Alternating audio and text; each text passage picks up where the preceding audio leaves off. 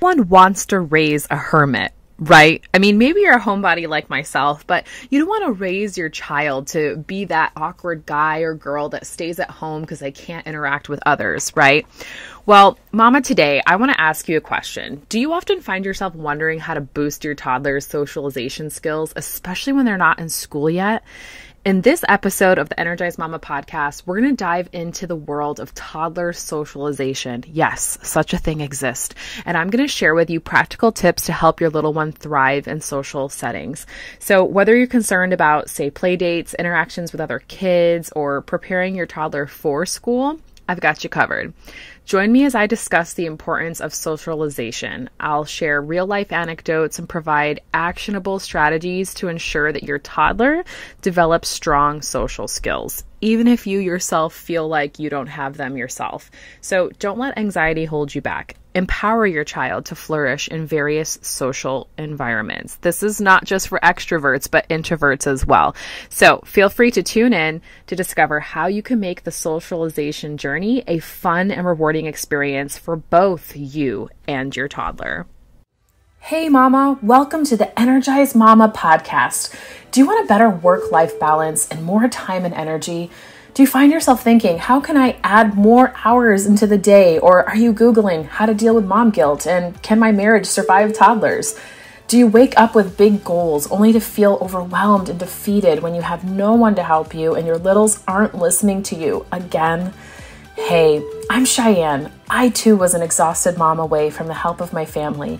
I too felt constantly drained with a strong-willed toddler and wished I could find balance between being a wife, a mom, stepmom, and entrepreneur.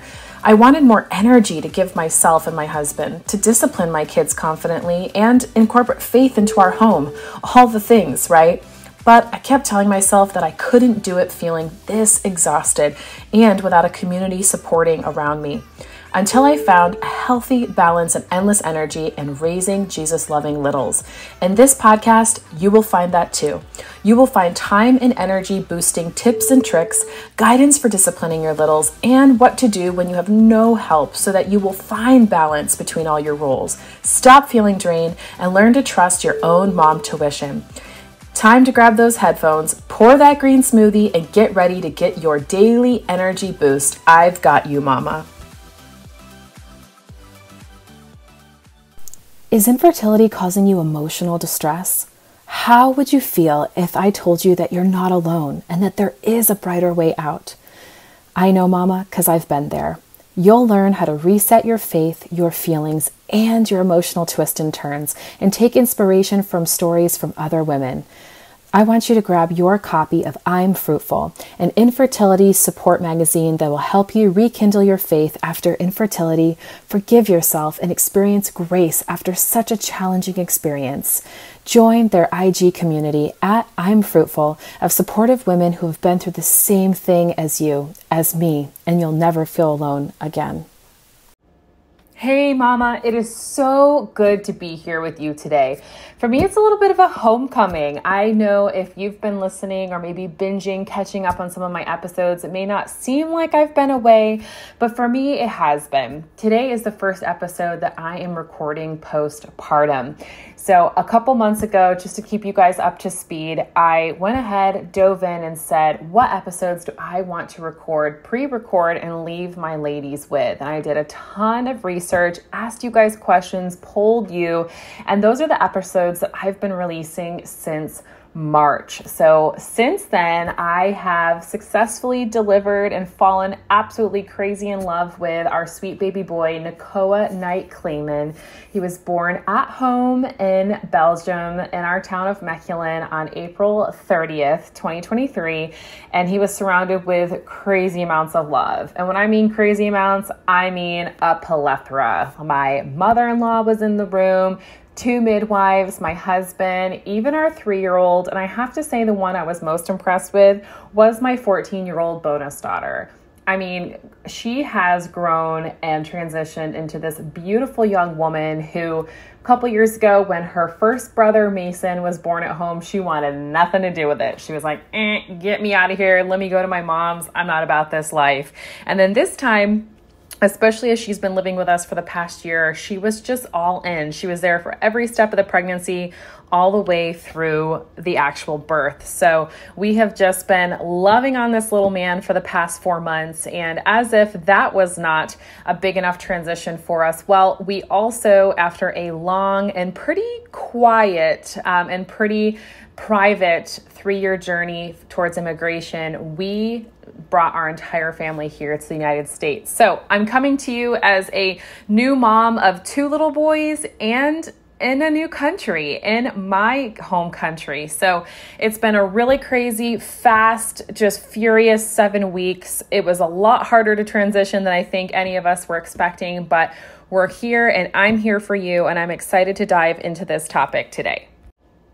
So without further ado, thank you so much for allowing me to update you guys, because you know what? I don't see this as just a transactional relationship. I don't see this as, hey, you listen to me, you get to learn some things, great, clap, wash my hands of you, see you later. No, this is a relationship that I am building with you. And so many of you have begun to join me in my private Facebook group, which I love because I'm getting to know my listeners so much better. And I just want to invite you and remind you that in the show notes below, you can find a totally open, cool, rad mama tribe on Facebook that's there ready to welcome you, love on you, give you some mom advice if you want it, or take some advice too, because what I think so many moms don't realize is that we all have something to give. You have something to give. I have something to give. And I am just so happy that you're here today giving me your ears, because we are diving into a topic that is very close to the hearts of many moms of toddlers, right? The topic of socialization, okay? I can literally just want to say, like, cue the chuckles, right? Like, we can just I can imagine all the collective sighs and nods of recognition from all of you mamas out there, right? Because you guys know what I'm talking about. There's so much pressure on us, I feel, as these 21st century moms. We have evolved and grown so much beyond the generations before us. I think that's the goal, right? Is like every group of new parents, we want to do a little bit better than our parents and their parents and the generations before us. But there's also a lot of pressures, a lot of things that we are just becoming more aware of and we're caring more about than studies have shown. And I'm sure your own households, and your Christmas family dinner show that you cared about, that was cared about before. And so socialization is one of them, where it used to be enough just to put food on the table, have a roof over our children's heads. Now we're concerned about their social well-being and development, which is great. But I understand it can be really, really overwhelming. It's like that moment when you start wondering if your little one's social calendar even rivals your own. Or maybe not, because there are moms out there, right, that have Monday through Friday, even on the weekends, something scheduled for every single season of their child's life, whether their child is a year or is 10. Then it's just not as busy, right? Maybe you live more in the country where there is just not as many opportunities for your children to be around other kids. Maybe your schedule is so crazy busy that your child is often somewhere maybe with grandparents or say at a daycare. You don't get to participate with them as much, but whatever it is, I just want to let you know, like, you are in a good place because you're not the only one that's concerned about it. Many moms, I know, you come to the plate and you may be like, okay, so play dates, check. Story time at the library, check. Chatting up random strangers at the grocery store, check. And all those things may seem well and good, but then you realize, well, your toddler isn't actually, necessarily the one spilling the beans on their, say, inner thoughts and emotions after these encounters, right? We don't know what our toddlers are actually investing in these social situations. These social interactions may be great for us, and we may be giving our toddlers these opportunities to have social interactions, but how impactful is it? Trust me, I've been there, wondering if my little man's social skills were on par with the other kids, or if, I don't know, if they were just destined to be the next Einstein because, brilliant, but like socially awkward, that kind of, combination. So, especially with a bilingual child. My son Mason was late to communicating, late to talking. So I also was concerned how that would affect his social future. future. So if you've ever felt those pangs of anxiety about your toddler socialization, you're definitely in the right place. Today, we're going to chat, you and me, about how to socialize your kids when they're not in school yet. Or perhaps you've chosen the route of homeschooling or unschooling, and so you don't have that to fall back on. Your children's socialization relies on you. So I know that the socialization struggle is totally real. Spoiler alert, you're not alone in the struggle. And there are some fantastic tips and tricks coming your way to help your little one become a social butterfly, or at least a social caterpillar who's on their way to butterflydom and they can bloom at the right time. I've got some expert advice lined up, and we're going to explore everything from play dates and park outings to creative ways to foster those valuable social skills in your toddler. So go ahead, take a deep breath. My dear, dear mama, I've got your back. And by the end of this episode, you'll have a toolbox full of ideas to help your toddler spread their social wings, and mama too. Let's dive in. So today my goal was not to overwhelm you. I'm going to give you 3 tips that you can walk away with and start applying in your life today to help your toddler socialize. So tip number 1, in a way of how to socialize your toddler, is to take him or her, or if you have multiple toddlers, somewhere where they can engage with other moms and kids one-on-one. So this is the first step, especially if you have more of a shy toddler. It's great where you can go where it's maybe just you and one other mom, one other kid, or a small group, so that you can really allow your toddler to feel at ease. And hey mama, maybe as I'm speaking to you through these headphones, maybe you yourself would define yourself as an introvert. So I know that this can be really especially challenging for you. Maybe you're not the most social butterfly, and that you know it's important for your toddler to socialize, even if you may not enjoy socializing yourself. But no sweat off your back. It's okay. We're going to work on this together. So again, what's really important is that they go somewhere where they can feel at ease, somewhere where they can connect and relate with other kids in a smaller atmosphere. Maybe this looks like, say, I just recently, this past week, went to my first MOPS.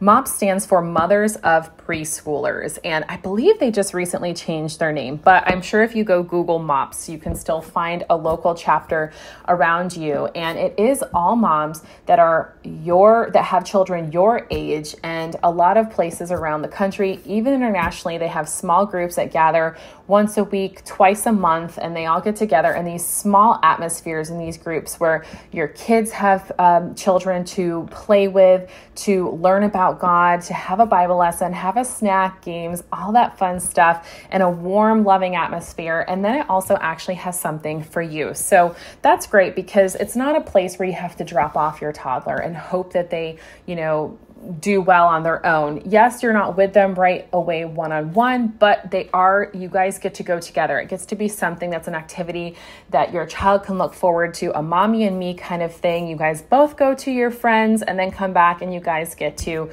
chat together. Now, if you're more for maybe doing something together, again, especially if your child struggles with being shy, or if you yourself are a little more on the shy side, you can always also look into your community and see if there are, say, mommy and me workout classes. This way, you get your workout out in, your toddler gets their very, very big toddler energy out, and then you are doing something good and healthy together, and you guys have that comfort of having one another there. Also, again, with other moms, other toddlers doing something together that you guys are both passionate about. Another area or spot that might be good to find moms with kids, it's not necessarily too overwhelming, could be, say, like an indoor playground or even an outdoor community pool. Hopefully you can find one that doesn't have as many children. Again, especially if this is new for your toddler that has a struggle with socializing, to make those first baby steps, going to an indoor playground, especially when school's back in session, maybe in the middle of the day, or if you go to a community pool, that way you and your child again are connecting and bonding. You're practicing their swimming, getting them comfortable with the water, and they're also able to see other children do the same and are able to reach out and hopefully connect with another mom and her toddler that way. My second tip for how to socialize your toddler is going to be taking that next step. So first, you look to engage with other moms and their kiddos, more one-on-one, more just, small groups. Well, now that next step would be to bring your children intentionally to a place where there are large groups of kids, right? So in a school setting, your child would naturally be thrown into this by having a classroom with a bunch of classmates, probably 20 to 30 kids. I know when my son Mason first started preschool, his classroom ended up having up to 29 children by the time summer came around. And so they are immediately immersed with all these little ones. And again, so if your child's not in school though, how do you do that? So of course, one great way is to take your child to a playground, right? Playgrounds are just kind of boom. They're like the obvious one free choice I love, but also where you know other kids are. It's like when you want to socialize your child, even if you want to socialize yourself, right? What do? You go to where people are. I know that's why a lot of people, when they're single, they're thinking, well, where can I meet other people? And that's why the bar scene is so popular when it comes to trying to meet someone, because that's where a lot of young singles are. I mean, hey, if you're listening and you're single, maybe you're a single mom, I recommend more of like looking at like your churches, local churches, see if they've got even some small connect groups. That's a great way to meet someone. And also another way to meet some great mommy and me opportunities. But again, that's more on the smaller. The bigger, to help your kids help get them comfortable with larger groups of people, to also help them get used to how to communicate and deal with a lot of different personalities. Bringing them to a park is a great way to do that. And if you want to take that next step as far as thinking about the word park, so I'm obviously meaning more of like a playground, right? Or even a nature park, which is great because your kids can get outside, get that vitamin D, run around. But you could also even take them to a theme park, which would be next level. Now, of course, this is up to your comfortability, and we want to make sure that it's safe enough for your child to do so, because they can be really busy and overwhelming, and we want to make sure that your child is safe and will stay close to you in this situation. But a lot of theme parks, they have kids only theater shows, or they have little activities, and that's another opportunity for your kids to get around children that may be new to them, and that they can learn to communicate and to get to know other children in a bigger opportunity. Now, just like a theme park, one of my favorite places that when I was a nanny, I used to take children, especially to get them to get out and play with other kids, was the zoo. The zoo is so much fun. It is a very common theme, right? A common theme that kids love. If there were dinosaur zoos, I'd be taking my kid to there every day.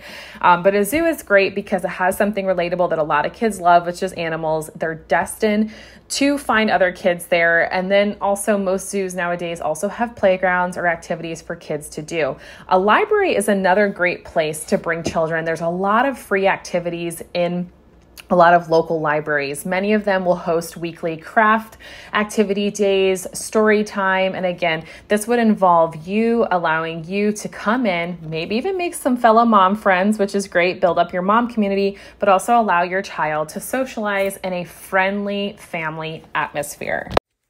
Wow, can you believe the summer is over already? When did that happen? I have another question for you. Do you ever wish there was a way to just stop feeling emotionally drained by your life as a mom of littles? Have you wished that you could just have more energy for your husband without constantly feeling physically exhausted at the end of the day? Hey, I know what it feels like to want more than just being a mom from your life. I know what it feels like to be overwhelmed with, well, where do I begin to stop the stress in my everyday life? I know what that feels like to have no idea what healthy habits to implement into my own home that'll actually make a long-term difference. And just feeling totally lost in how to create a realistic and sustainable plan that works for me. I remember often thinking, I just can't be energetic while I parent a household full of littles that demands so much of me all the time. Well, at least one that doesn't rely on coffee for energy or wine to de-stress. Well, now I want you to switch gears and imagine this with me. Imagine if you no longer felt completely exhausted at the end of your day. Imagine if you had the time to go on dates with your husband and you had the energy to give yourself some much needed me time. Imagine if you had easy to implement systems and strategies that would allow you to be that energetic and vibrant mama that you really want to be, all while still raising your kids the exact way you want. That right there is exactly why I created the More Energy Method, a customized blueprint to clear your chaos and bring back more energy into your everyday life. It's where I teach you to decrease stress while increasing your energy.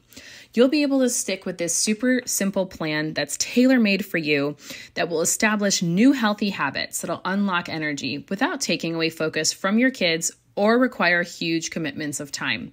You'll walk away with crystal clear clarity of exactly what to focus on, with a plan that'll help you know exactly how to do it, and the confidence as a woman, wife, and mother to make the changes you need to and keep them for good. So mama, if you're ready to stop feeling overwhelmed and exhausted the moment you wake up and instead feel rejuvenated throughout the day and go to bed satisfied, even as a busy mom of littles, then it's time for you to make this step as my 20% off is back, just in time for school to start again during the whole month of September. I'm giving mamas an extra 20% off my course and plus 3 bonus trainings. But in order for you to get that, you've got to head over to energyformoms.com to grab your exclusive offer today before it expires on October 1st.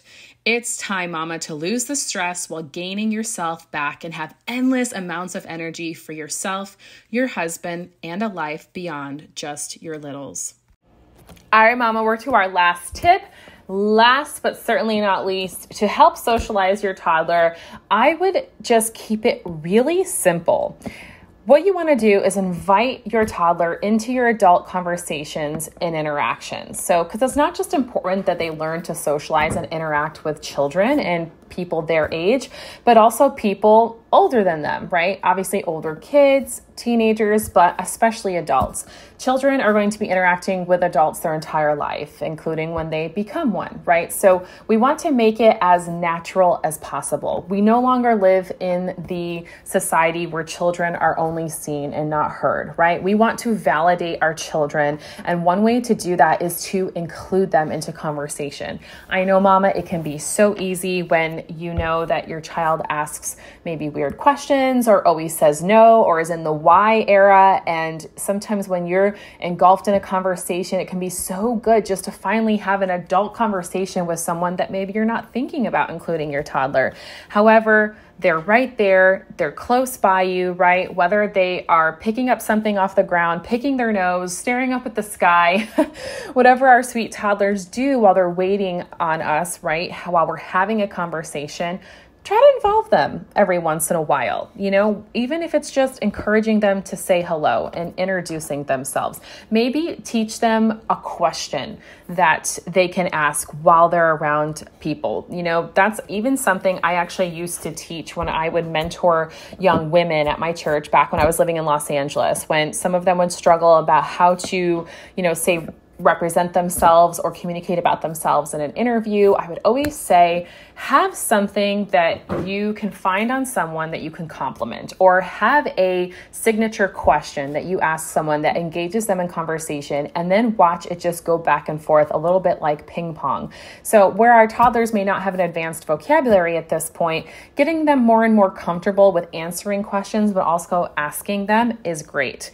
For example, my son Mason, he's 3.5, and recently, without even really intentionally working on him having his own question, I did intentionally always try to encourage him to communicate and say hello and say his name when mommy is communicating with another adult. And recently, on his own, he has started to say, "Hi, my name is Mason Brave Clayman." Of course, because you can't just say your first name. You got to say the whole thing. But then he would say, and he'd say, "Nice to meet you. What's your name?" And so he started to have this one question, the what's your name, even if it keeps it as simple as that the adult I'm talking with or he's speaking with says their name. Very often it just bounces back and forth like that. Or, it falls flat. My son gets distracted, wants to go do something else, wants to play, but then he has gotten that confidence of looking at someone, looking them in their eye, asking them a question, and feeling confident in his ability to be able to socialize with whoever's around him, whether it's a kid, whether it's an adult, a teacher, a pastor, a policeman, whoever. He has that confidence because mommy took that opportunity to engage with him in conversation with another adult. And I want to encourage you mamas to do the same. And that's a wrap for today's episode of the Energized Mama podcast. I hope, Mama, you found our discussion on toddler socialization both enlightening, reassuring, and just downright encouraging. Remember, the socialization struggle truly is real, but you're not alone in it. We are all navigating the wonderful world of toddlerhood together.